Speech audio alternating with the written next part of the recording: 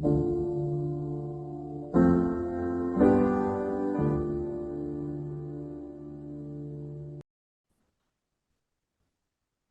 everyone, and welcome to another episode of the Compelling Conversations podcast. Today, I'm very happy to be joined by my cousin, Ramish. Ramish, thanks so much for being here.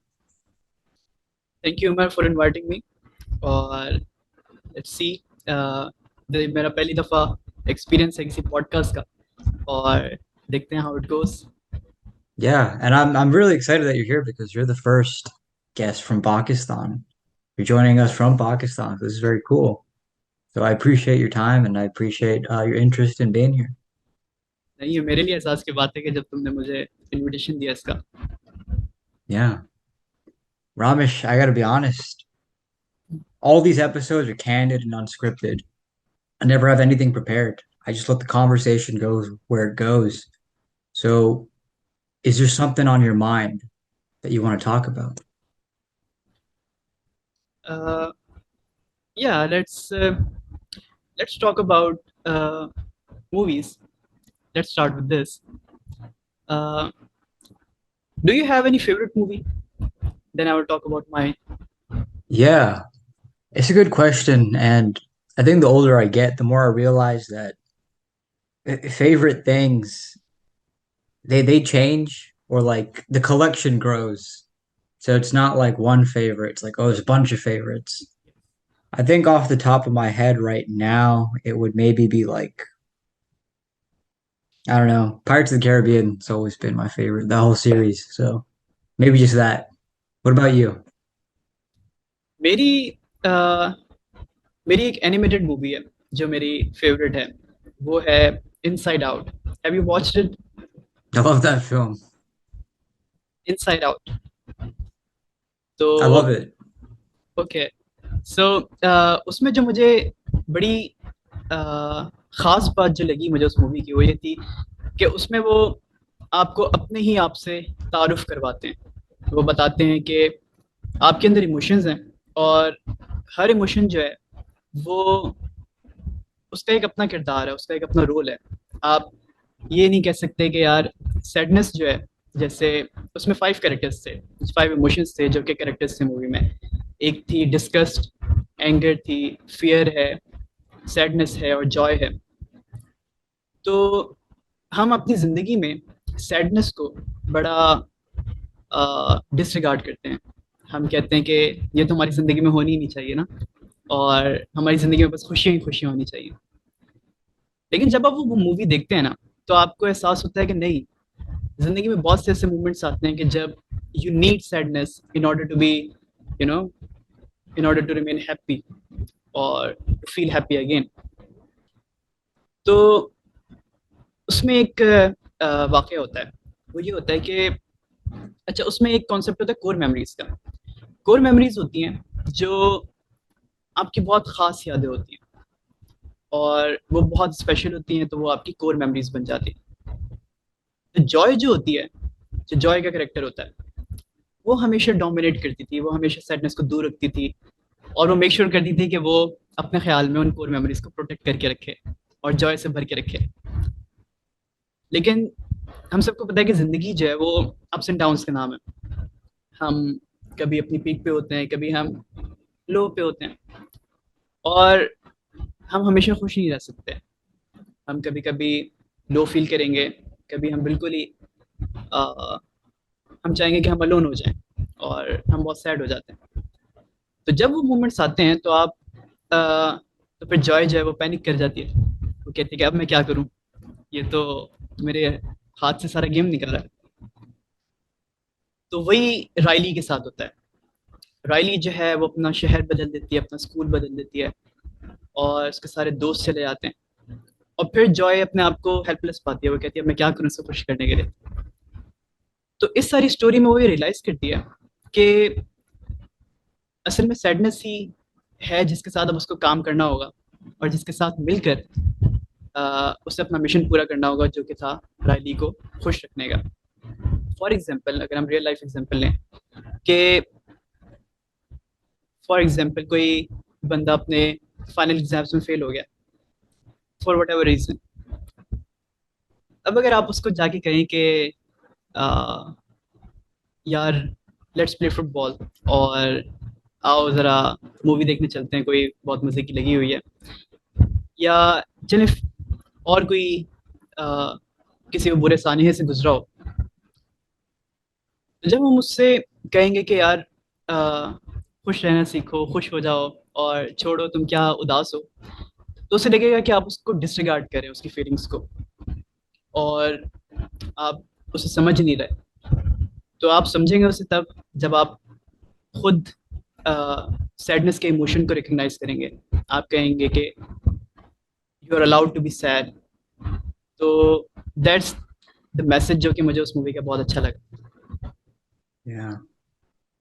Yeah, it's a very good message, and it's a great film. I love that film. Anytime I look back at it, I get like a lot of nostalgia. There's reminiscence there, but you said you're allowed to be sad. How do you think sadness vanishes from a person? मेरे ख्याल से ये वक्त पे depend करता है। जब आप किसी सानहे से गुजर रहे हैं, अपने किसी डाउनफॉल से गुजर रहे हैं, तो जिसे कहते हैं ना, हमारे बड़े कहते हैं कि वक्त सबसे बड़ा मरहम होता है। तो जब आप उस वक्त से गुजर रहे होते हैं, आप आहिस्ता आहिस्ता उस सिचुएशन में मजीद कंफर्टेबल एक तरह से होने लगते हैं। तो फिर आप सोचते हैं कि it's not a big thing, I can you know come out of it. और आप देखते हैं कि यार इस स्टेट में रहने का फ़ायदा नहीं है कोई। तो हम फिर जब बिगर पिक्चर देखते हैं, तो फिर हम उससे दूर चले जाते हैं, और फिर हम कहते हैं कि चलो let's get to normal. Have you ever experienced the ecstasy of sadness or pain? The, people they become kind of addicted to it. It's like there's like a different level of life in that. I don't know if you've ever experienced that. Not to say that it's necessarily a good thing, but I'm just curious if you've experienced it. सोचना पड़ेगा, मेरा ख्याल है कि अ,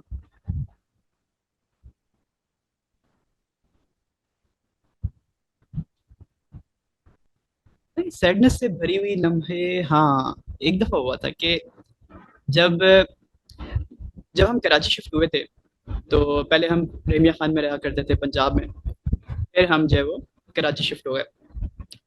अब मैंने अपने सारे दोस्त छोड़ दिए, एक इन्वायरमेंट था जिसका मैं आदी था, तो कंफर्टेबल था जिसके साथ मैं। फिर हम कराची शिफ्ट हो गए। जब कराची शिफ्ट हुए, स्कूल बदल गया, दोस्त बदल गए, और कराची जो है वो बड़ा क्या कहते हैं, बड़ा खतरनाक किस्म का शहर था उस वक्त। तो तो मेरा यहाँ पे स्कूल में एडमिशन हुआ, और मैंने फिर नए दोस्त बनाए। अल्लाह का शुक्र है वो बन गए। शुरू में मैं रिलेक्टेंट था बनाने में। तो मैंने जब दोस्त बनाए, लेकिन और फिर मैं कंफर्टेबल भी हो गया उसके साथ। मैंने बड़े खूबसूरत 2 साल वहाँ पे गुजारे। लेकिन उसके बाद एक और चेंज आ गया, और वो ये चेंज था कि फिर मुझे एक और दफ़ा स्कूल बदलना पड़ा, और फिर मैं एक और स्कूल में चला गया। तो वो जो था ना, उसने मुझे आ, उसका मुझे बड़ा दुख हुआ था कि मुझे अब क्यों स्कूल छोड़ना पड़ा, जब मैं बहुत कंफर्टेबल हो गया उसमें, मैंने बहुत अच्छी दोस्तियां बना ली। तो मैं बहुत अरसा इस दुख में रहा था कि मुझे क्यों वो स्कूल छोड़ना पड़ा। क्यों, और इस दुख में इजाफा उसने किया था कि जिस स्कूल में मैं चला गया था, वो स्कूल था ऑल बॉयज़ कैंपस ना। अब आ, मसला उसमें यह था कि उधर कोई डिसिप्लिन नहीं था, कोई मैनेजमेंट का होल्ड नहीं था अपने स्टूडेंट्स के ऊपर, और लॉलेस सिचुएशन थी बहुत ज़्यादा। तो मतलब वो एक ऐसा इन्वायरमेंट था जो जिसमें मैं जाता था, और फिर मैं हर वक्त गुस्से में रहता था कि यार ये हो क्या रहा है। तो वो भी एक फैक्टर था जिसने मुझे इस सैडनेस को बड़ा प्रोलॉन्ग किया। काफ़ी लंबा मेरा ये स्टेट चला। तो ये है। Interesting. Yeah. Was that a core memory for you? Yes you can say, but filled with sadness mostly, and then an achievement, क्योंकि जब मैंने देखा ना इतनी लॉलेसनेस है इस स्कूल में, मैंने सोचा कि मैं क्या कर सकता हूँ और मैं क्या किरदार अदा कर सकता हूँ इसमें। और मुझे एक पोजीशन दिखी जो कि थी हेड बॉय की। मैंने कहा कि मैं हेड बॉय बन के शायद कोई किरदार अदा कर सकूं। मैंने अपने टीचर को अप्रोच किया और मैंने कहा कि मुझे, जब मैं मैट्रिक में आ गया, पहले 2 साल तो मुझे बर्दाश्त करना पड़ा, 8 और 9th में। लेकिन जब मैं 10th में आया, क्योंकि 10th क्लास से बच्चे जब हेड बॉय बनते हैं, तो 10th क्लास में आके मैंने अपने टीचर से कहा कि मुझे हेड बॉय बनना है। और फिर इंटरव्यूज हुए, जो जो इंटरेस्टेड थे उनके, और फिर अल्लाह का शुक्र है मैं बन गया। जब मैं बन गया ना, तो बड़ी मैंने ना स्ट्रेटेजिक गेम खेली, क्योंकि मुझे पता था कि मैनेजमेंट मेरे साथ खड़ी हो नहीं सकती, क्योंकि वो हेल्पलेस है। तो मुझे बच्चों की साइकोलॉजी का फायदा उठाना है। वो क्या है? अब फॉर एग्जाम्पल, 6 या 7 क्लास का बच्चा या 8 क्लास का बच्चा जो अभी इतना फेमिलराइज नहीं हुआ प्रिंसिपल ऑफिस से, वो अभी प्रिंसिपल ऑफिस के अंदर गया नहीं है, उन्हें वीकनेसेस नहीं पता प्रिंसिपल ऑफिस की कि कितने मजबूर हैं वो। और या तो मैं भी नहीं चाहता था कि वो प्रिंसिपल ऑफिस में जाए और उन्हें इस बात का अंदाजा हो कि वो कितने पावरफुल हैं, बच्चे कितने पावरफुल हैं।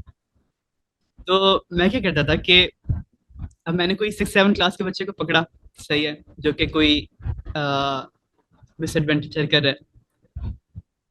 तो मैं उससे लेता था क्लास से, और पहले तो खुद कोई सजा देने की कोशिश करता था, फिर अगर उसमें कामयाब ना हो पाऊँ तो फिर मैं कहता था कि चलो आओ प्रिंसिपल ऑफिस चलते हैं। ठीक है, मैं उसे, अब मैं सीढ़ियों से उसको नीचे ला रहा हूँ, साथ साथ मैं उसको अपॉर्चुनिटी दे रहा हूँ कि देखो, मान लो कि तुमने गलती की है और सॉरी कर लो, मैं तुम्हें वापस भेज देता हूँ।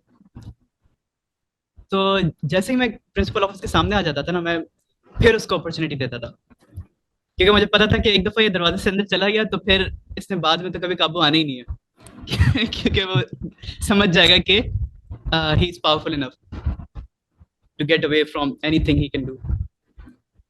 तो मैं कभी भी जो है उस बच्चे को प्रिंसिपल ऑफिस के अंदर नहीं लेके गया जिसे इस बात का मालूम नहीं था कि मैनेजमेंट कमजोर है। तो ये मैंने बड़ा जो है ना उनकी एक स्ट्रेटेजिक किस्म की चाल चली, जिससे मुझे बड़ा फायदा हुआ। Wow, that's that's a funny story. Yes. Yeah.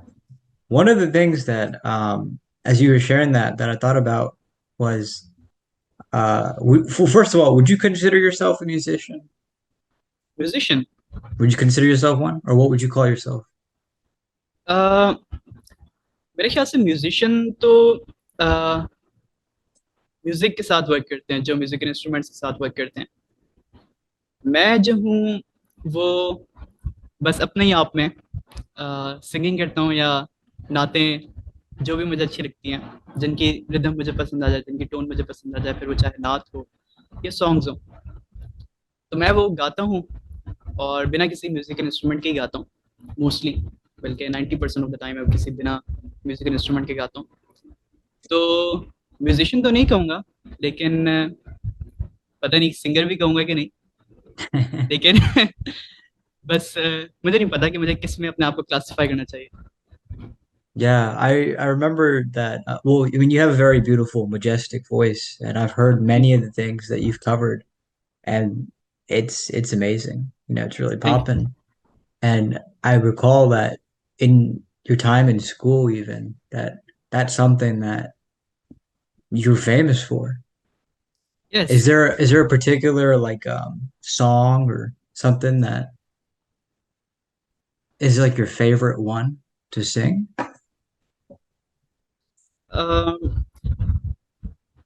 Favourite जो है ना, जैसे हमने अपने पॉडकास्ट के शुरू में तुमने कहा कि कोई पर्टिकुलर फेवरेट नहीं है, बंच ऑफ फेवरेट्स हैं। It's true. तो एक पर्टिकुलर जो है वो फेवरेट, ना मेरा सॉन्ग है कोई, ना कोई नात है, तो अ बंच ऑफ फेवरेट्स हैं। तो और वो Mm. वक्त के साथ चेंज होती रहती हैं, नए सॉन्ग आ गए, नई नात्स आ गई, आपने उनको सुना, आपको वो बहुत पसंद आ गई, तो इसी तरह से चलता है। I'm curious if you've experienced this phenomenon as well. if I like a song or something and I want to sing it and I feel like, oh, I sang it pretty all right, then I'll sing it and I'll make a recording and I'll put it out there. What's interesting about that is usually when I do that, I don't actually listen to that song that much anymore. I don't listen to it frequently. I just kind of stop listening to it because I covered it. Has that ever happened to you? अ, मेरा ये होता है कि जैसे मैंने कोई song सुना और वो मुझे बहुत अच्छा लग गया। अब मैं उसे सिर्फ कुछ दफा सुनूंगा और फिर मेरी कोशिश होती है कि मैं बस इसको जल्दी जल्दी ना कवर करूं, कि मैं अपने बेस्ट वर्जन में उसको परफॉर्म करूं। जब मैं उसको बेस्ट वर्जन परफॉर्म कर लेता हूँ तो फिर वो मेरी प्लेलिस्ट से निकल जाता है। मतलब फिर मैं उसको मजीद उस तरह से नहीं सुनता जिस तरह से जब वो नया नया मुझे क्लिक करता है तो फिर मैं उसको सुनता हूँ। तो फिर वो मेरी बड़ी सी प्लेलिस्ट में कहीं गुम हो जाता है। और जब कभी फिर मैं दोबारा सुनना शुरू करता हूँ तो उस पर्टिकुलर सॉन्ग को लगा के नहीं सुनता। फिर मैं जो लिस्ट होती है बस वो कंटिन्यू करी होती है, उसमें अगर वो पॉप अप हो जाए तो सुन लिया, अदरवाइज फिर वो मेरे लिए इररिलेवेंट एक तरह से हो जाता है क्योंकि I have covered it. Is there a snippet that you don't mind singing for us right now of any song that you like or whatever it might be?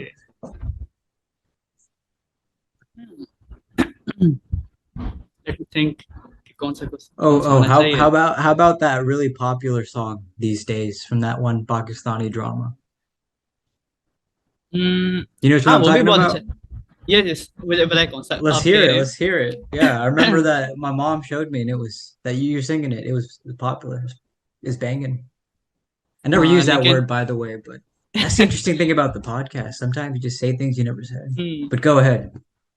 अच्छा उसके अभी मुझे लिरिक्स जो है ना याद नहीं आ रहे कि कौन सा सॉन्ग था। वो सॉन्ग तो मुझे पता है कौन सा था लेकिन अभी उसके लिरिक्स याद नहीं आ रहे। तो एक और सॉन्ग है, लेट मी Okay. पहले मैं वो सुना देता हूँ, फिर अगर वो याद आ गया आगे पॉडकास्ट में आके तो फिर मैं सुनाऊंगा वो वाला भी। तो ये एक सॉन्ग है जो अरिजीत सिंह का है, तो वो मैं उसका एक पार्ट सुनाता हूँ। तूने जो देखा है, तूने जो जाना है, हूँ भी नहीं भी हूँ मैं वो। चाहोगे तुम जैसा हो जाऊंगा वैसा, चाहे तो वादा ये ले लो। तुम एक मुसाफिर हो, मैं कोई राह अनजानी। तुम एक मुसाफिर हो, मैं कोई राह अनजानी। मन चाह मोड़ दे तो मेरे यार बात बन जानी। रंग शरबतों का तू मीठे घाट का पानी। Amazing. That was amazing. क्यों? And thank what you. was really beautiful about it is like it resonates just right here, right now. You know, it's not like you had to make it really fancy with a good microphone or something. It's like just right here in this candid moment, it came off so brilliant and beautiful. That's so cool. So thank you for thank sharing that. You, thank you so much for giving me the opportunity. Yeah, no, it's cool. And do you think that when you do sing, it does something for you? Like for your हाँ, spirit, or does it do anything for you? मैं बड़ा enjoy करता हूँ। मुझे अल्लाह का शुक्र है कि अल्लाह ताला ने मुझे इतनी अच्छी आवाज़ से नवाजा है और मैं उसका बड़ा भरपूर फ़ायदा उठाता हूँ बहुत सी चीज़ों में, अपने लिए भी और अपने मकासद को हासिल करने के लिए भी। अब वो कैसे, जैसे फॉर एग्जांपल मैं सैड हूँ फॉर एग्जांपल, सही है, उदासी है, डाउनफॉल है, तो ये एक एक्टिविटी है जो मैं करता हूँ तो मुझे बड़ा अच्छा लगता है। सही है, क्योंकि मैं अपनी स्किल को एंजॉय कर रहा होता हूँ। सही है, तो उसमें मुझे बड़ा हेल्प करता है। और सेकेंडली मुझे लोगों से मिलने में, उनके साथ कनेक्ट करने में मेरा स्किल मुझे बहुत हेल्प करता है। मतलब मैं अगर मेरी मुझे नहीं पता कि मुझे अपने आप को किस में क्लासिफाई करना चाहिए, एक्सट्रोवर्ट्स में या इंट्रोवर्ट्स में, क्योंकि कभी कभी ऐसा लगता है कि कुछ चीज़ों से कि शायद मैं इंट्रोवर्ट हूँ, कभी कभी लगता है कि शायद मैं एक्सट्रोवर्ट हूँ, लेकिन मेरे ख्याल है मैं एक्सट्रोवर्ट हूँ। लेकिन इतना ज़्यादा नहीं कि मैं खुद से जाके लोगों से कोई स्ट्रॉन्ग कनेक्शन बना सकूं। तो मेरी आवाज़ जो है ना, इसका मैं भरपूर फ़ायदा उठाता हूँ और ये मुझे कनेक्ट करवाती है लोगों से। जैसे मैंने स्कूल में खुद से कोई कनेक्शन नहीं बनाया। मैंने जब नातें पढ़ी असेंबलीज में, तो खुद कनेक्शंस बनते गए, लोग आपकी रिस्पेक्ट करते हैं। फॉर एग्जांपल जब आप नात पढ़ रहे होते हैं, तो लोग रिस्पेक्ट करते हैं कि यार ये नाते पढ़ता है, सही है। तो और फिर हर कोई चूंकि आपको पहचान जाता है, तो सलाम दो सबसे होना शुरू हो जाती है और इस तरह से आप दोस्त बनाने लगते हैं। तो यह है कि आपको खुद से कोई मुझे कोई पहला कदम नहीं उठाना पड़ता, सब मुझे जानते होते हैं मेरी आवाज़ की वजह से, और मेरे लिए बहुत ईजी हो जाता है सब। That's really cool.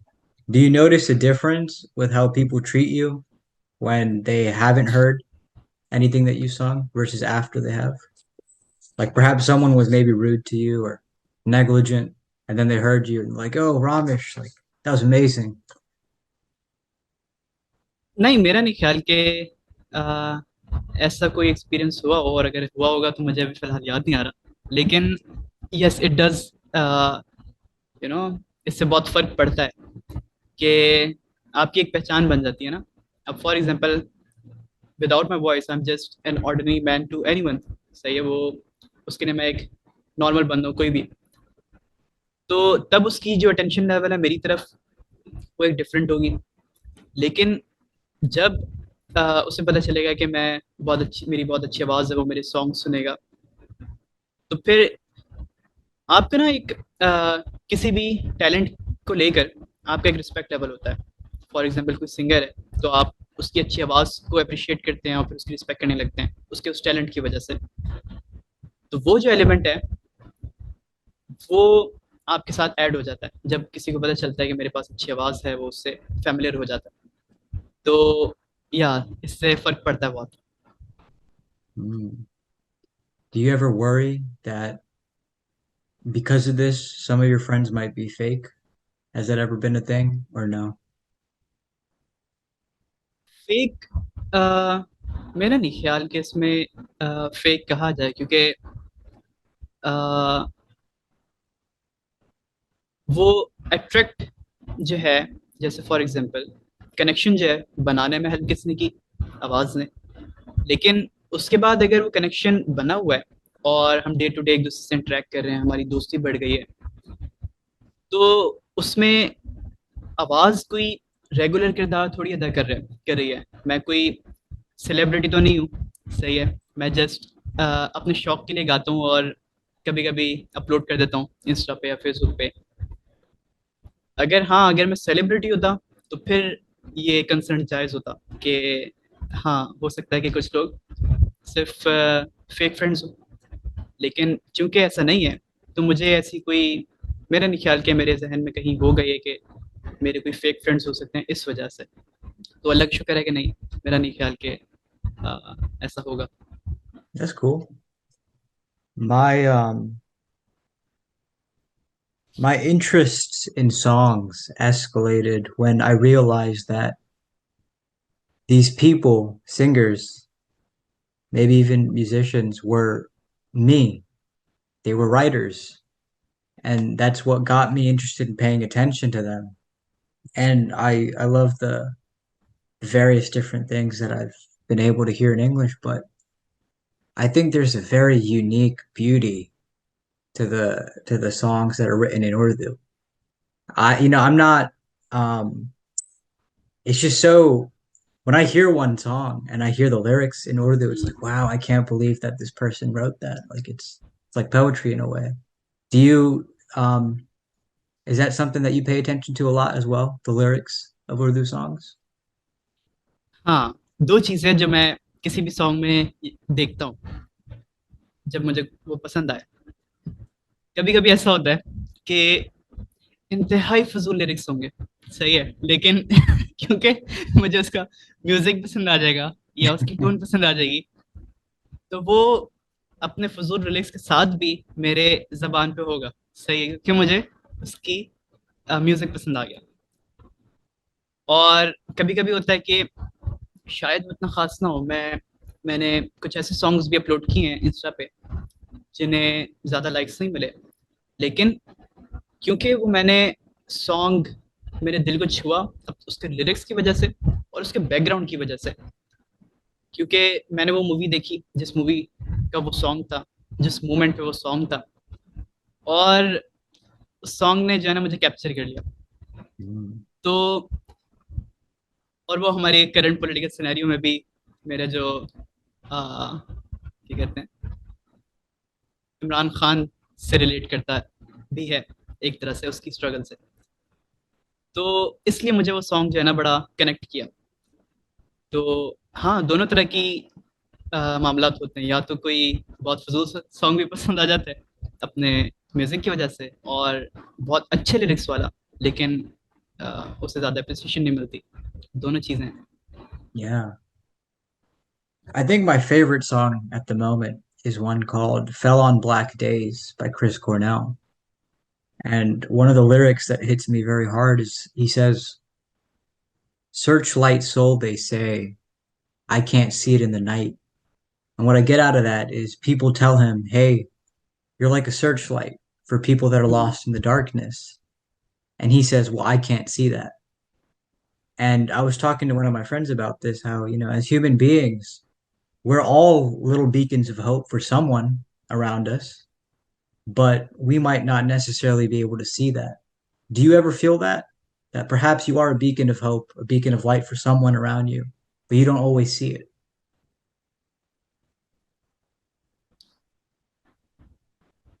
हम अ, हाँ, मेरा ख्याल है, क्योंकि मैं कनेक्ट शायद कर सकता हूँ। जैसे मैंने अपने यहाँ पे पहले अपने स्कूल के बारे में बताया, वहाँ पे बच्चे जो है ना वो काफ़ी बिगड़े हुए थे, लेकिन मुझे उससे फर्क नहीं पड़ता था। मैं कहता था, मेरी ये पॉलिसी होती थी कि अगर आप मेरे साथ अच्छे हैं तो मैं आपके साथ अच्छा हूँ। मुझे नहीं, इस बात से नहीं फर्क पड़ता कि आप इन जनरल कैसे हैं। सही है।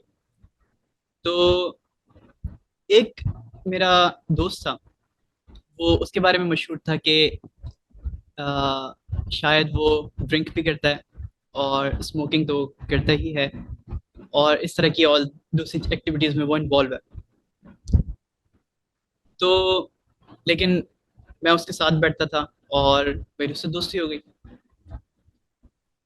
तो एक चीज़ जो अ, मैंने, जैसे आपका क्वेश्चन था ये कि बीकन ऑफ होप का, तो जब मैंने उसके साथ कनेक्ट किया, तो कनेक्ट मैं क्यों कर पाया? क्योंकि मैंने अपने डिफरेंसेस को साइड किया, और मैंने कहा कि जब आप अच्छे हैं मेरे साथ, मैं तब आपके साथ अच्छा हूँ।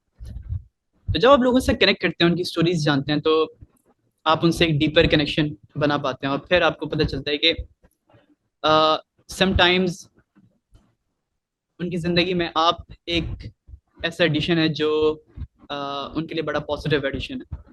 उनकी ज़िंदगी, उनकी जो सराउंडिंग है, वो बहुत डार्क है, और आप एक हैं जो कोई अच्छा किरदार उसकी ज़िंदगी में अदा कर सकते हैं किसी भी रोल में।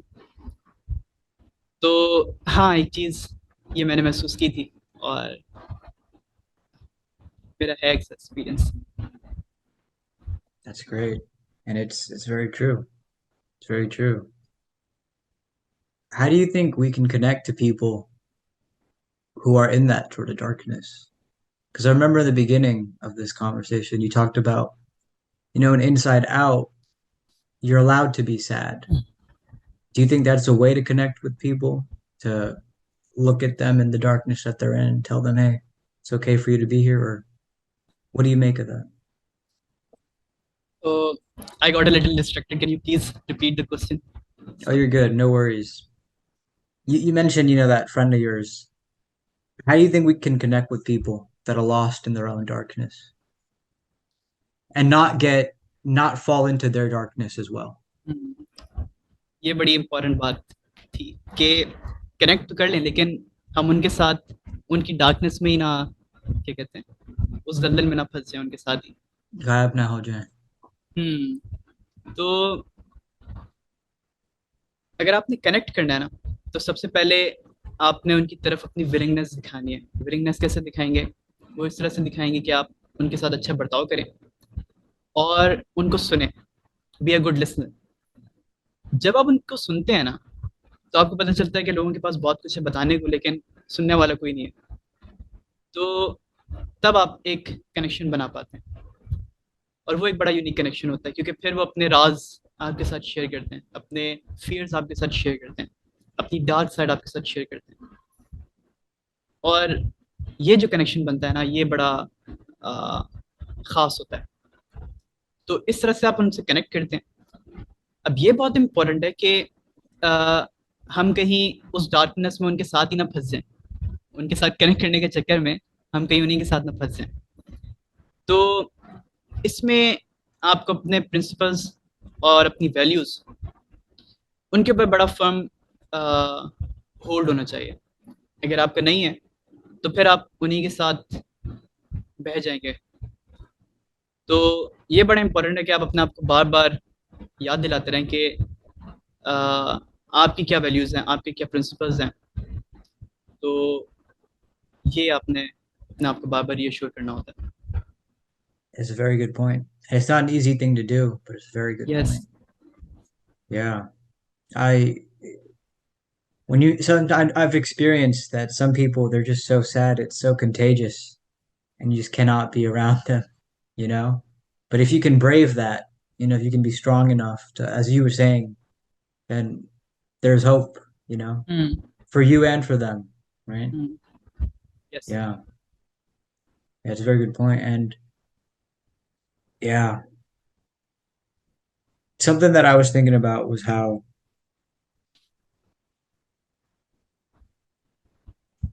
Nanya me, she said to me that the best way to relax is to do nothing. And she was telling me how in today's day and age, what people do is when they think they're relaxing or taking a break, they get on their phones or they watch TV or they busy themselves in something that they like doing and they think that that's relaxing, but that's not the case. It's like when I was a little girl and when my dad would tell me, he's like, relaxing is literally doing nothing, just laying there, maybe just looking up at the sky. Do you ever feel that? Because ये I've बड़ा, experienced हाँ, it. Yeah. हाँ, ये बड़ा क्या कहते हैं, इस चीज़ को हम बड़ा निग्लेक्ट करते हैं। हम वाकई में ये हर कोई ऐसे ही करता है कि जब हम समझते हैं कि हम रिलैक्स करें, लेकिन होता क्या है, हम सोशल फॉर एग्जांपल हमने कोई सोशल मीडिया ऐप खोल ली, अब हम उसमें स्क्रॉल करें। अब पाकिस्तान के पर्सपेक्टिव से बात करूं, पाकिस्तान में मैं रहते हुए बात करूं, तो आपको बहुत सी न्यूज़ पता चलती हैं। ठीक है, आपको पता चलता है कि भाई सियासत में कितना गड़बड़ चल रही है, ठीक है, मुल्क में क्या सूरत हाल चल रही है। तो बजाय इसके कि आप रिलैक्स करें, आप डिस्टर्ब हो जाते हैं मजीद। आप अगर जहन को सुकून देने के लिए आए होते हैं, तो वो मजीद ख़राब हो जाता है वो सुकून। तो ये वाकई में इस तरह से रिलैक्स, ये रिलैक्स की जो डेफिनेशन है ना, ये हमें फिर बड़े ही समझाते हैं जो इस बीमारी से दूर रहें, जिन्हें इस सोशल मीडिया ने, क्या कहते हैं, जो सोशल मीडिया जिनको कैप्चर करने में कामयाब ना हो पाया। तो ये लोग फिर हमें गाइड करते हैं कि देखो ये रिलैक्स करने का तरीका नहीं है, और वही जैसे नानी अम्मी हमें समझाती हैं। और हाँ, मैंने फिर इसको एक्सपीरियंस किया, और मेरा रिलैक्स करने का तरीका ये होता है कि मैं वॉक करने निकल जाता हूँ। और मेरे घर के पास एक बड़ा सा ग्राउंड है, तो मैं वहाँ पे वॉक करना पसंद करता हूँ, या फिर मैं स्ट्रीट्स पे निकल जाता हूँ, मेन रोड्स पे। और मुझे मेन रोड्स पे ज़्यादा पसंद है वॉक करना, क्योंकि आपके साथ ट्रैफिक फ्लो कर रहा होता है, और दुनिया चल रही होती है, और आप उसके साथ से गुजर रहे होते हैं। तो ये भी एक बड़े मज़े की फीलिंग होती है। Yeah. It's like your mind escapes with the traffic, huh? Yes. Yes. Yeah. That's cool. It's been a wonderful conversation, Ramish. And I'm thinking about all these different little things that you've shared. It's like, wow, a lot of diversity there, but it's beautiful. And you're a rather poignant man, very articulate, like your words in Urdu even. It's like, wow, very precise. It's like poetic the way you speak. Thank you. अच्छा, do you watch Korean dramas? Um, I don't. I don't. Other than अगर नहीं, Squid Game, I saw Squid Game. That was oh, about it. हाँ, हाँ, Yeah. लेकिन एक drama जो मैं recommend करूँगा, और बड़े इन्हिसार के साथ रिकमेंड करूँगा, मतलब बहुत जज्बे के साथ, वो है माई मिस्टर। IMDb की 9.1 रेटिंग है उस ड्रामे की। मैंने जब वो ड्रामा देखना शुरू किया ना, तो मैंने कोई 2 हफ्ते लगाए होंगे उसकी फर्स्ट एपिसोड देखने में, क्योंकि वो इतनी बोरिंग थी, इतनी बोरिंग थी कि मुझसे नहीं देखी जा रही थी। लेकिन मैं उस ड्रामे को सिर्फ इसलिए देख रहा था क्योंकि उसकी IMDb की रेटिंग जो है वो 9 से अबव थी। और ऐसे ड्रामे आपको बहुत कम मिलते हैं, बल्कि मूवीज भी बहुत कम मिलती हैं जिनकी इतनी हाई रेटिंग हो। तो उस रेटिंग ने मुझे कहा कि यार इसमें कुछ तो ऐसा है, कुछ तो ऐसा है जिसकी जिसकी वजह से इसकी रेटिंग इतनी हाई है। तो मैं चाहता था कि मैं उसको डिस्कवर करूं कि वाई। तो यही एक ओनली क्या कहते हैं मोटिवेशन थी मेरी उस ड्रामे को देखने की। लेकिन जब मैंने वो ड्रामा देखा और मैं उसके दरमियान में पहुंचा, तो फिर मैं उस ड्रामे से एडिक्टेड हो गया। और जब वो ड्रामा एंड हुआ, तो मुझे अफसोस हुआ कि यार इसकी नेक्स्ट एपिसोड क्यों नहीं है। तो उस ड्रामे में क्या था, उस ड्रामे में एक दो बंदों की, एक जो कि 40s में था मर्द, और एक 20s में होगी एक लड़की। दोनों अपनी जिंदगी में स्ट्रगल कर रहे होते हैं, और उनकी जिंदगियों पर जो है वो ड्रामा था। एक बहुत सिंपल ड्रामा, एक बिना किसी फिक्शन के, किसी एडिशनल स्टोरी के, सिर्फ उनकी जिंदगियां दिखाई गई थी डे टू डे। और जाहिर है कि आप किसी को भी किसी की डे टू डे जिंदगी दिखाना शुरू कर जाएं, असल में मूवीज में तो बहुत बढ़ा चढ़ा के और उसे इंटरेस्टिंग बना के दिखाया जाता है। अगर आपको रॉ एक किसी की जिंदगी दिखानी शुरू कर जाए, आप बोर हो जाएंगे, आप कहेंगे कि भाई मैं क्यों देखूं इसको। तो वही मेरे साथ हो रहा था। लेकिन जो ब्यूटी है ना उस ड्रामे की, वो ये है कि किस तरह से लोग, वो दोनों स्ट्रगल कर रहे होते हैं, लेकिन एक दूसरे की स्ट्रगल्स को वो समझते हैं। वो समझते हैं कि वो जिन हालात से गुजर रहे हैं, उसमें वही दोनों एक दूसरे को समझ सकते हैं। सिर्फ वही दोनों ऐसे हैं जो एक दूसरे को अंडरस्टैंड कर सकते हैं और एक दूसरे की किसी तरह हेल्प कर सकते हैं। तो वो दोनों फिर एक दूसरे की हेल्प करना शुरू करते हैं, और उनका जो बॉन्ड होता है ना, जो उनकी केमिस्ट्री है, वो सुपर्ब है। मतलब आ, बहुत सिंपल, बहुत सिंपल, लेकिन बहुत खूबसूरत। तो मुझे कोई भी मिलता है, मैं उसको कहता हूँ कि भाई, आई नो कि you are reluctant to watch Korean dramas, but please please watch this one. मतलब अगर कोई एक ड्रामा मैं कहूंगा कि यार आपने जिंदगी में देखना है तो जरूर देखें, तो वो Yeah, है माई mister. my mister. Okay. Yes. Well, you know what? I'll take your word for it. I remember watching Squid Game. Squid Game is probably, I think, the only Korean drama I've seen, if it's even acknowledged as one. But um, that was cool. So I guess my mister will be a cool one too, हाँ, लेकिन आपको बहुत patience से काम लेना होगा शुरू के एपिसोड्स में। eh?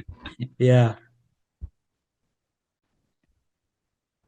By the way, going back to the whole, singing, I know that you enjoy reciting knots. I think you even met Hamza Ali Abbasi on one of the occasions for doing this. Um, you participated in competitions and whatnot. Am I right? हाँ, मैंने school life से ही शुरू कर दिया था competitions में हिस्सा लेना। स्कूल लाइफ में मेरा एक इंटर कैंपसेस एक नाच कंपटीशन हुआ था, उसमें मेरी सेकंड पोजीशन आई थी। फिर कॉलेज में फर्स्ट ईयर में मैंने काफ़ी देर में जाके पार्टिसिपेट किया। तो एक ही मौका मुझे मिला फर्स्ट ईयर में, और उसमें मैं फेल कर गया। मतलब मैंने जो नाच चूज़ की ना, वो किसी गाने, पुराने गाने से मिलती जुलती थी, मतलब उसकी टोन से मिलती थी। तो जब मैं स्टेज पे गया वो नात पढ़ने, तो पढ़ तो ली मैंने, लेकिन उसके बाद जज ने आके कहा कि आ, आप डिस्क्वालीफाई हैं, क्योंकि आपने जो मुकाबले के असूल थे उनमें से एक असूल को वायलेट किया। तो दैट वाज क्वाइट एम्बैरेसिंग कि कॉलेज आपके ऊपर ट्रस्ट करे, आपको भेजे किसी कंपटीशन में, और फिर आप उनके एक्सपेक्टेशंस में पूरा ना उतरे। नेक्स्ट ईयर फिर मैंने फिर बड़ा मुश्किल से वेट किया कि नेक्स्ट ईयर आए, और फिर मैं प्रूफ करके दिखाऊं कि नहीं भाई मेरे अंदर टैलेंट है और मैं ये विन कर सकता हूँ। तो मैंने बड़ी मुश्किल से सब्र किया ना, क्योंकि पूरा वक्त फिर एक आपके अंदर गिल्ट रहा कि यार आपने you let down your college. तो नेक्स्ट ईयर पे जब मुझे मौका मिला तो फिर मैंने लगातार कॉम्पिटिशन्स विन किए। जिस कॉलेज में लास्ट टाइम मैं डिस्qualify हो गया था, वहाँ मैंने थर्ड पोजीशन हासिल की। और फिर एक और कॉलेज में मैंने फर्स्ट पोजीशन हासिल की। और फिर ये सफ़र मेरा यहाँ पे नहीं रुका। फिर एपिक मस्जिद, जो आपकी तरफ है, ह्यूस्टन में। ह्यूस्टन में, डेलस में है। Dallas, Dallas. Dallas, yeah. Dallas.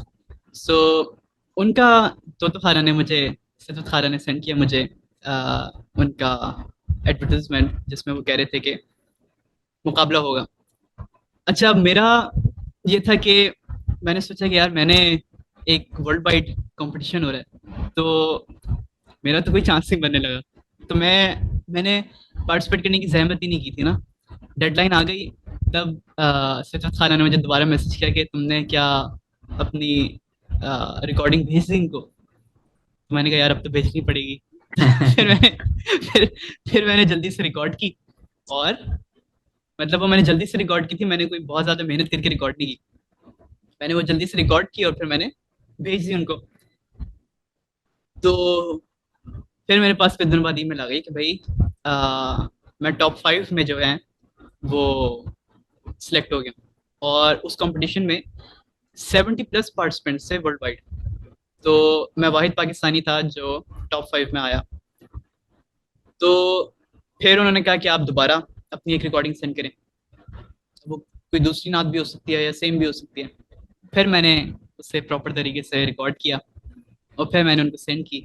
और अल्लाह का शुक्र है कि फिर मैंने सेकंड प्राइज उसमें विन किया, सेकंड पोजीशन हासिल की। Amazing, amazing, right? How wild is that? हाँ And what's मुझे। beautiful about this story, about all these ones that you shared, is, you know, it's okay if it doesn't work out for you the first time. Maybe yes. it'll work out another time or a time after that. You just got to be patient, like you said, right? हाँ, patience and believing in your self, believing in your talent, कि आपके अंदर talent है। तो जब आप खुद believe नहीं करेंगे तो आप दूसरों को कैसे एतमाद दिलाएंगे। तो ये है। Very true. Those are poised words. Very true. Yeah. By the way, did you remember that Pakistani song? Yes, I remember it. Hmm. Do you mind sharing it with us?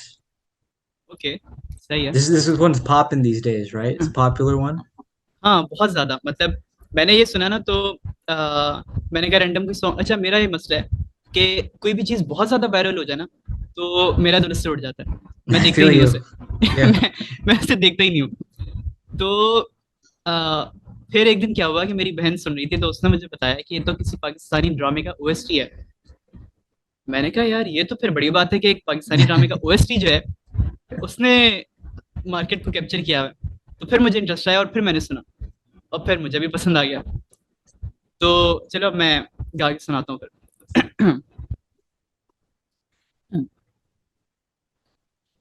है तमन्ना हमें तुम्हें दुल्हन बनाए, तेरे हाथों पे मेहंदी अपने नाम की सजाए, तेरी ले ले बलाए तेरे सदके उतारे, है तमन्ना हमें तुम्हें अपना बनाए।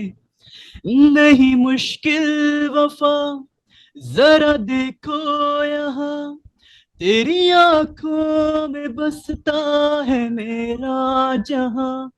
कभी सुन तो जरा जो मैं कह ना सका, मेरी दुनिया तुम ही हो, तुम ही आसरा।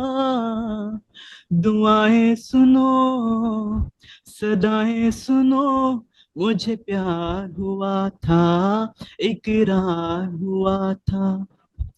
कहानी सुनो, जुबानी सुनो, मुझे प्यार हुआ था, इकरार हुआ था। Wow. That was epic. Am I right? That was amazing. That was yes, brilliant. And yes. it's very beautiful, honestly. That's really the word for it. Beautiful. And thank I love that. Thank you for sharing that. You. Yeah, and I'm curious, Ramesh, have you ever written a song yourself? नहीं, मैंने लिखा नहीं है। और शायद मेरा नहीं ख्याल कि मैं कभी लिखूंगा भी, क्योंकि Mm, मुझे कोई ऐसी मोटिवेशन मिली नहीं कि मैं लिखूं कोई सॉन्ग खुद से। interesting. तो और आपके पास सुनने के लिए इतनी बड़ी, क्या कहते हैं, पूल है सॉन्ग्स का, तो मेरा नहीं ख्याल कि मैं खुद से कभी कोई लिखूंगा। Well, hey, if you ever did, I'm sure it'd be amazing. So, kudos to you. It's amazing stuff, honestly. या maybe I should write one, maybe. Hey, you never know, right? You never yes, know. Yes. Yeah. I'm curious, Ramesh, do you have any closing thoughts? Anything you felt like you wanted to say, but you didn't get a chance to, or something on your mind that you wanted to express? हम्म, हाँ, एक वाक्य मैं share करता हूँ। अ, कराची में ना, जब पुराने वक्तों में, अब तो अल्लाह का शुक्र है, लेकिन पुराने वक्तों में एक पार्टी थी, पॉलिटिकल पार्टी, जिसका एक मिलिटेंट विंग हुआ करता था। तो उनका ना बड़ा कराची पे होल्ड हुआ करता था। जिस दिन वो कह देते थे कि आज शहर बंद होगा, उस दिन शहर बंद होता था। किसी की मजाल नहीं थी कि वो शहर खुलवा दे, कोई दुकानें खुलवा दे। हम सुबह स्कूल बस में जा रहे होते थे स्कूल के लिए, और स्कूल पहुंचते थे, कोई बंदा आता था उनकी पार्टी का, वो कहता था आज स्कूल बंद है। सही है। और फिर हम उसी बस में बैठ के वापस चले जाते थे। You'd be तो celebrated. हाँ, मतलब बच्चे जो है ना, वो चीख रहे चिल्ला रहे होते थे, मतलब खुशी से, बस में ना। तो हमने बड़ा एंजॉय भी किया उनकी इस अथॉरिटी को, कि हमें वक्त में वक्त छुट्टियां मिल जाती थी। तो Yeah. हमें वक्त बेवक्त छुट्टियां मिल जाती थी, तो हमने बड़ा एंजॉय भी किया। लेकिन उसके फिर प्राइस भी थी जो पे करनी पड़ी सब कराची वालों को। तो एक दिन क्या हुआ कि अच्छा, मैं जब अपने कजन के साथ होता हूँ ना, तो मैं बड़ा शरारती हुआ होता हूँ। तो एक दिन हम जिना ग्राउंड में बैठे हुए, जिना ग्राउंड उन्हीं की टेरिटरी है, समझ लो। तो उधर उनके गार्ड्स खड़े होते थे, सही है, आर्म्ड गार्ड्स उनके अपने, सही है, जिनका कोई वजूद एक, क्या कहते हैं, मुहज्जब माशरे में, डिसिप्लिन सोसाइटी में नहीं होना चाहिए, लेकिन वो उस जगह गार्ड कर रहे होते थे। तो एक दिन क्या हुआ, रात में हम बैठे हुए, तो एक अंकल हमारे साथ गुजरे रनिंग करते हुए, बूढ़े अंकल। उनका इनहेलर जो है ना, वो जमीन पे गिर गया, और क्योंकि उनका पैर भी उसके ऊपर पड़ गया, तो वो क्यारी में ना थोड़ा सा धंस गया अंदर। अब वो नीचे झुक के ना क्यारी में खोद के अपना वो निकाल रहे, और फिर निकाल के वो चले गए। अब हम मैंने देख लिया उन्हें, सही है, हम दोनों ने। अच्छा, उस जमाने में ना सीआईडी एक ड्रामा है इंडिया का, क्राइम इन्वेस्टिगेशन डिपार्टमेंट। तो वो हम बड़ा देखा करते थे, तो हर चीज में ना हमें इन्वेस्टिगेटिंग रुख बड़ा अच्छा लगता था। तो हमने कहा आओ जरा देखते हैं ना कि उन्होंने क्या किया, कोई बम वम तो नहीं छुपा दिया या इस तरह की कोई Mm. चीज। तो हम दोनों ने ना खोदना शुरू की वो जगह। अब हमें पता था कि अगर किसी ने देख लिया तो गड़बड़ हो सकती है। तो हमने मजीद मुश्किल काम किया। हमने क्या किया, मैंने उस्मान से कहा कि तुम खोदो, सही है, मैं खड़ा होकर वॉच करता हूँ कि कोई हमें देख ना दे, सही है। तो बदकिस्मती ये हुई कि किसी ने देख भी लिया। और फिर जो हुआ ना, वो मैं बताता हूँ। फिर क्या हुआ कि उन्होंने अपना बॉम्ब डिटेक्टर जो होता है वो लेकर आए। उन्होंने वो सारी जगह चेक की, सारे लोग उनके जो थे मिलिटेंट्स, उन्होंने हमें घेर लिया। पुलिस की मोबाइल उन्होंने कॉल कर ली। फिर अच्छा, अब मुझे ना चेन वाली घड़ियां पहनने का बड़ा शौक था, तो मैंने अपने बड़े भाई की चेन वाली घड़ी पहन के गया हुआ मैं। अब मेरे हाथ में वो फिट भी नहीं आ रही, बार बार गिरे जा रही, सही है, लेकिन शौक मैंने पहन ली थी। अब वो वॉकी टॉकी पे अपने जो भी उनका होगा कमांडर, उनको इन्फॉर्म करे कि एक के पास मर्दों वाली घड़ी है, सही है, था तो मैं बच्चा ही ना तो कह रहे एक के पास मर्दों वाली घड़ी है, और ये एक्टिविटी करते हुए पकड़े गए। अब मतलब ये ऐसी सिचुएशन थी कि जिसके बाद हमारी से बुरी बदलाशी मिल सकती थी, क्योंकि उधर उस वक्त यही माहौल हुआ करता था कराची में। फिर जो उन्होंने, अल्लाह का शुक्र है कि उन्होंने हमें मौका दिया, और उन्होंने कहा कि आप में से एक यहीं पे रहेगा, एक घर जाए, और घर जाके किसी बड़े को बुला के लाए। तो मेरे जो सबसे बड़े भाई हैं वो उस वक्त छुट्टियों पे आए हुए थे, तो मैंने उनको जाके बुला लिया चुपके से। तो उन्होंने फिर आके उनसे सक्सेसफुली नेगोशिएट किया कि भाई बच्चे सीआईडी देख देख के बड़े हुए हैं, सही है, तो आप इनकी ये जो छोटी मोटी शरारतें इनको माफ करें। तो उन्होंने कहा कि ठीक है, हम इनको छोड़ देते हैं, लेकिन आइंदा आप इस ग्राउंड में नजर ना आए, वरना फिर किसी को भी नजर नहीं आएंगे। सही है। तो फिर जो है हमने तकरीबन 6 महीने उस ग्राउंड का रुख नहीं किया था, और उसके बाद फिर दोबारा जाना शुरू हो गया था। तो ये Yeah. बड़ा स्केरी, मतलब मैं कराची में तो तुम तो शायद इतना कनेक्ट ना कर पाओ, लेकिन कराची में अगर कोई ये बात जानता है ना, मतलब हमने अपने खानदान में बताई, तो सबने सर पकड़ लिए थे कि भाई ये तो हैरत की बात है कि हम तुम्हें अभी अपने सामने देख रहे हैं फिर। Wow, that's a very unique story. That's funny. Thanks for sharing that. And at the same time very scary, very scary. Yeah. But hey, I imagine that's character building too, eh? Like it built you up. हाँ, आपको खतरात से निपटने की आदत हो जाती है, फिर आप कहते हैं कि यार इतना बड़ा जब खतरा झेल लिया है, तो फिर अब कुछ मायने नहीं रखता, फिर आप Yeah. डेयरिंग हो जाते हैं। Mm.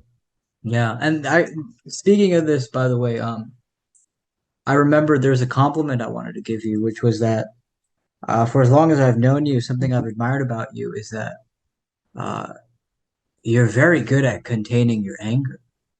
Like I don't think I can actually remember where you kind of like let loose. You're just always very like even if you are angry, you keep it in you. Well, where does that come from for you? What do you think? अम, गुस्सा तो वैसे जब मुझे आता है तो अच्छा खासा आता है, लेकिन हाँ वही सही बात की तुमने कि मैं उसको कंटेन कर लेता हूँ, अनलेस से कोई मुझे कि जब मैं कंटेन करने की कोशिश कर रहा हूँ उस वक्त मुझे कोई पिन करता रहे, तो फिर जाहिर है कि वो फिर उसका एक शेयर जरूर चखेंगे। लेकिन लेकिन जब मैं कंटेन कर रहा हूँ, और अगर मैं सक्सेसफुली कंटेन कर लूँ, तो उसके पीछे वजह ये होती है कि हर किसी की डिफरेंट अप्रोच होती है ना अपने गुस्से को लेके। और मेरा नहीं ख्याल कि बंदा खुद से कोई बनाता है, मेरा ख्याल है नेचुरली हर बंदे की होती है। बंदा इसे चेंज करने के लिए तो कोई एफर्ट कर सकता है, लेकिन जो उसका नेचुरल अंदाज है किसी भी चीज़ को डील करने का, वो वो खुद से नहीं बनाता, वो उसका नेचुरली होता है। तो मेरा बस ये है कि मैं कंटेन कर लेता हूँ, लेकिन जब कोई मुझसे उस दौरान इंटरेक्ट करने की कोशिश करे, तो मैं बहुत एग्रेसिव होता हूँ, और मेरे अल्फाज बड़े सख्त होते हैं, मेरे एक्सप्रेशन बड़े सख्त होते हैं। तो इस तरह से Do you ever find yourself channeling your anger into singing? अ, कुछ देर बाद कह सकते हैं, क्योंकि at the Mm. Moment for example आपने कोई चीज़, फॉर एग्जांपल कोई गलत काम होते हुए देखा, सही है, आपको बहुत गुस्सा आया, अब आप उसी वक्त गाने गाना नहीं शुरू कर देंगे। तो Yeah. तो जब आप उस फेज से निकल जाते हैं ना, जब आप Mhm. उस इमीडिएट फेज से निकल जाते हैं, जब आपको अचानक से गुस्सा आ जाता है, तो फिर हाँ आप कहते हैं कि अब कूल डाउन होने की जरूरत है, क्योंकि आप देखते हैं ना कि अगर आप कुछ नहीं कर सकते, तो फिर फायदा नहीं है गुस्सा रहने का। तो फिर आप देखते हैं कि इसको मैं कैसे दूर कर सकता हूँ। फिर आप रेमेडीज की तरफ जाते हैं कि क्या किया जा सकता है। या तो आप मीम्स देख लें, या आप कोई फनी शो लगा दें, जैसे फ्रेंड्स देखना आप शुरू कर दें, या फिर आप या फिर मैं सिंगिंग शुरू कर देता हूँ। तो Mm. इस तरह से होता है। Are you familiar with a poet by the name of Fez Ahmed Fez? हाँ, हमने किताबों में पढ़ा बहुत है, लेकिन हमने सिर्फ Do you know किताबों any में of ही his पढ़ा है, हाँ। poetry or no? नहीं, जहन में नहीं है मेरे कोई ऐसी। Interesting. Or uh Allama Iqbal. Is there हाँ, anything उनकी तो from his poetry that you is there like a line of his poetry that you always remember and think about? एक उनका शेर है जो बड़ा, उनके तो बहुत सारे हैं, मतलब उनकी तो बहुत सी ऐसी पोइट्री है जिसको आप सुने तो आप बड़ा एम्पावर्ड महसूस करते हैं। आप कहते हैं कि यार हमारे हाथ में बहुत कुछ है, हम अपने आप को यूजलेस समझते हैं, लेकिन अ, अगर हम अपनी इस थिंकिंग से ऊपर हटकर देखें, अल्लाह ताला ने हमें अशरफुल मखलूक़ात बनाया, और उन्होंने खुद कहा है कि तुम्हें मैंने बहुत कुछ दिया है जिसका तुम्हें खुद अंदाजा नहीं है। तो उनका एक शेर है कि खुद ही को कर बुलंद इतना कि हर तकदीर से पहले खुदा बंदे से पूछे बता तेरी रजा क्या है। तो हैव यू हर्ड दिस शेर बिफोर? क्या ये शेर I सुना हुआ है आपने? haven't. Have not. No. अच्छा, इसकी मैं तशरीह शायद बहुत बेहतर ना कर पाऊँ, लेकिन जिस हद तक मैं कर सकता हूँ वो ये है कि अ, हमारे जो रोल मॉडल हैं वो हैं हज़रत मोहम्मद सल्लल्लाहु अलैहि वसल्लम। उन्होंने हमें कुरान को अमली शक्ल में अ, अपना अपने आप को अमली शक्ल में दिखाया कि what should be what should we do in certain situations और how we should lead our lives। तो इसमें अल्लामा इकबाल ये कह रहे होते हैं कि अपने किरदार को, अपने अमल को इतना बुलंद कर लो, मतलब इतने बेहतरीन हो जाए अपने अमाल में कि अब ये थोड़ा क्या कहते हैं, मुहावरतन उन्होंने बोला है कि फिर वो कहते हैं कि खुदा खुद इंसान से पूछे, खुद बंदे से पूछे कि बताओ तुम क्या चाहते हो। मतलब अपने किरदार को इतना बुलंद कर लो, अल्लाह ताला के से इतना जुड़ जाओ, इतने करीब हो जाओ, उनके इतने महबूब बन जाओ कि वो खुद आपसे पूछें कि बताओ मेरे बंदे तुम क्या चाहते हो। Hmm. तो एक ये इनका शेर बड़ा अच्छा है, और एक और भी है, वो मुझे याद नहीं आ रहा अभी, लेकिन वो बस अभी मेरे जहन में नहीं आता, लेकिन वो भी बहुत ज़बरदस्त है। Interesting. That's really cool. There's one that I wanted to share from our great grandfather, Nanya Mistad. He had a poem that I included in my poetry book. It's like the only unoriginal poem in there. It's from him, and it goes, "Jaन मक्तिल को देख कर दूंगा, हर जमीन Karbala नहीं होती." And I just thought it was so deep because that's life, that any obstacle that comes in your way, or anything difficult, um, investigate it before you suffer for it. Your life is a sacred thing. Give it for something that's worthy. That's what I get out of it. Yeah. बहुत बहुत बहुत Sharki ज़बरदस्त। Sharki हाँ Umrodi. That was his poetic name. हाँ, ये बहुत ज़बरदस्त बात है, बहुत ज़बरदस्त बात है, क्योंकि हम अपनी एनर्जीज इधर उधर वेस्ट कर रहे होते हैं, और हम कभी सोचते नहीं है कि हम क्यों कर रहे हैं और इससे हमें हासिल क्या है। तो ये बड़ी ज़बरदस्त उनकी बात है कि पहले सोचो तो सही, पहले देखो तो सही कि what you are gaining from it, क्या मकसद क्या है, क्यों अपनी एनर्जी इस पे लगा रहे हो। तो Yes. Think before you do anything. तो ये इसका खुलासा था। हाँ Very और true. Yeah.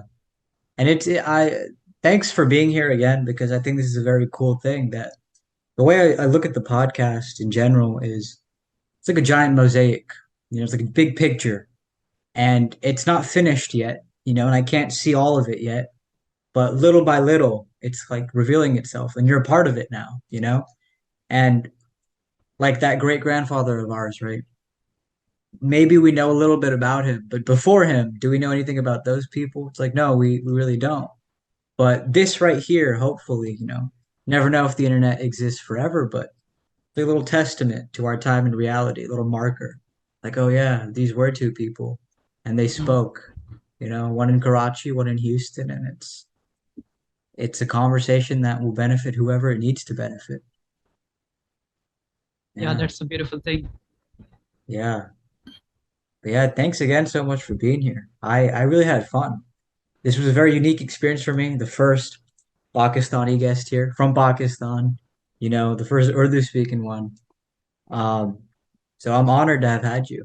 It's been a और real pleasure. और मेरा ये बड़ा एहसास है कि तुमने मुझे इस पॉडकास्ट पे इनवाइट किया, और मैंने भी इस कन्वर्सेशन को बहुत एंजॉय किया, और एक हमारी बड़ी ज़बरदस्त कन्वर्सेशन रही। और इंशाल्लाह आगे भी कभी मौका मिला तो ज़रूर Definitely, we would do it inshallah. Another session. Yeah. Yeah, इंशाल्लाह definitely. Inshallah. Yeah. इंशाल्लाह। Well, thanks, Ramish. Until next time, Inshallah. You take okay, care. Thank you, अल्लाह हाफ़िज़। Allah Hafiz.